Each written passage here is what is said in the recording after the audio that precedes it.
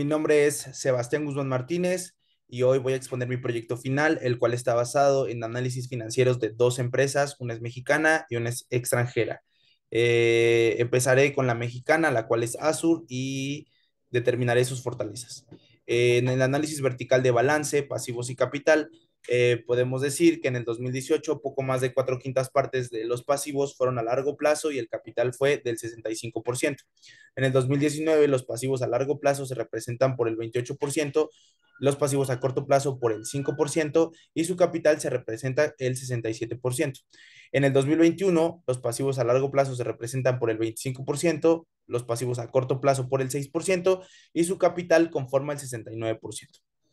Eh, Esto lo interpreto como una ventaja debido a que la deuda a corto plazo es más riesgosa que la deuda a largo plazo, pero menos costosa y es más fácil obtenerse. También tiene términos más flexibles. Y esto por puro dato, el crédito a corto plazo se define como cualquier pasivo que se haya programado para liquidarse al término de un año.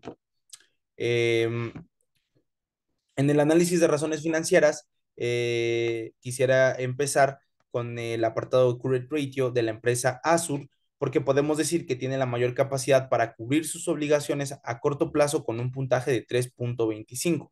En el apartado de Cash Flow Coverage Ratio, podemos determinar que la empresa Azur tiene la mejor capacidad eh, tiene la mejor capacidad como empresa para cubrir sus obligaciones a corto plazo, de acuerdo con la generación de flujo efectivo. Y esto en general, para la empresa, nos dice que tiene un muy buen nivel de liquidez en comparación con su competencia, puesto que se mantiene como líder absoluto y no solo eso, sino es muy sobresaliente en sus resultados. Eh, en el análisis de razones financieras simples, quiero resaltar que en el apartado de Fixed Asset Turnover, podemos decir que la empresa Azur es muy superior que la competencia con un resultado de 142.38, y esto quiere decir que la empresa utiliza sus propiedades, planta y equipo para generar ventas de manera muy eficiente. Eh, en el apartado de Working Capital, podemos decir que la empresa Azur tiene un muy buen financiamiento de los accionistas como resultado 0.18, pero no es el primer lugar.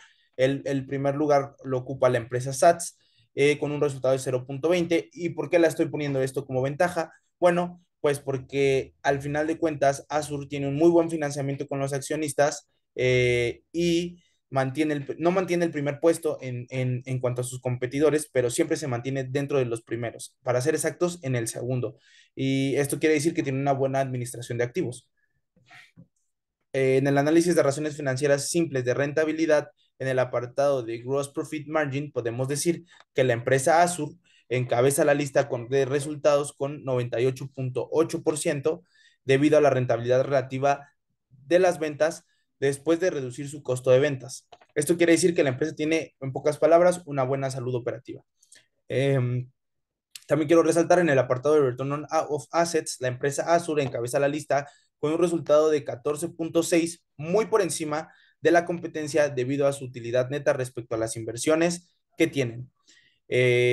¿Y qué podemos decir? Que en general la empresa Azure en cuanto a rentabilidad se encuentra arriba del promedio, pues hay apartados, en donde su porcentaje es demasiado alto, más alto que la competencia. Eh, bueno, voy a hablar de la misma empresa, es mexicana, Azur, pero voy a hablar de sus desventajas. Empezaré con el análisis vertical del balance, eh, el cual en el 2018 tan solo el 11% de los activos fueron circulantes, ya que el 89% restante fueron activos no circulantes. En el 2019, tan solo el 14% de los activos fueron circulantes, ya que el 86% restante fueron activos no circulantes. Lo tomo como desventaja, ¿por qué? Porque ya que el activo no circulante es complicado convertir en dinero, en liquidez, eh, convertir en dinero en un plazo corto de tiempo y de forma sencilla. Y en la mayoría de los análisis, el porcentaje más alto es no circulante. Por eso lo tomo como una desventaja.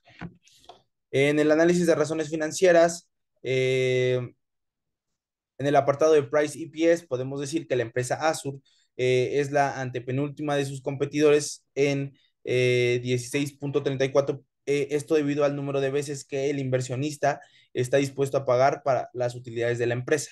De igual forma, en el apartado Enterprise Value EBITDA, podemos ver que la empresa es la última de la lista con 10.49 y esto es debido a que no tiene un buen valor de empresa respecto a sus flujos de efectivo y su core business.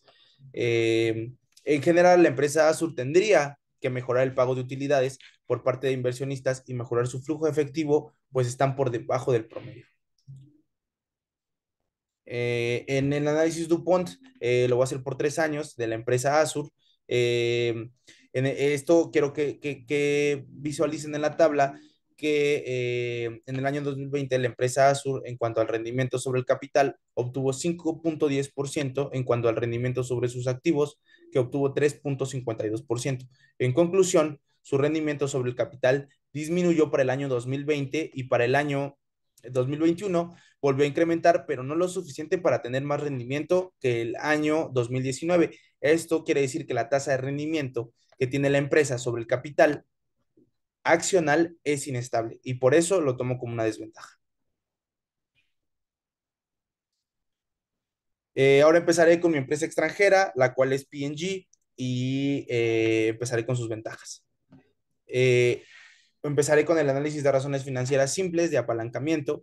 Y en este apartado, en el apartado de Bid Percentage of Total Assets, podemos decir que la empresa P&G encabeza la lista de competidores con resultado de 0.3%, esto debido a los activos totales que tienen, los cuales son financiados por deuda.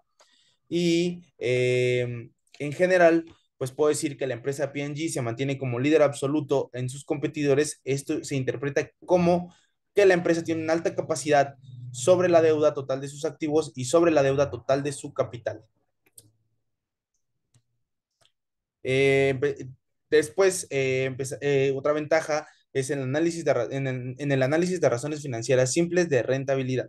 En este análisis de razones simples de rentabilidad, no obtuve los datos ya que no se presentaban uniformemente. Es por eso que aparece vacío en el espacio, pero utilicé otra herramienta dentro del mismo Refinitiv proporcionada por la maestra y tuve los siguientes datos. En el apartado de Return on of Assets, la empresa P&G encabeza la lista con un resultado de 34.75%, muy por encima de la competencia, esto debido a su utilidad neta respecto a las inversiones que tiene. Y en el apartado de Return on Equity, la empresa P&G de igual forma encabeza la lista con un resultado de 79.31%, muy por encima de la competencia, y esto debido al rendimiento de su capital contable. En general, podemos decir que en cuanto a rentabilidad se encuentra arriba del promedio, pues hay apartados en los que su puntaje es muy por encima de la competencia.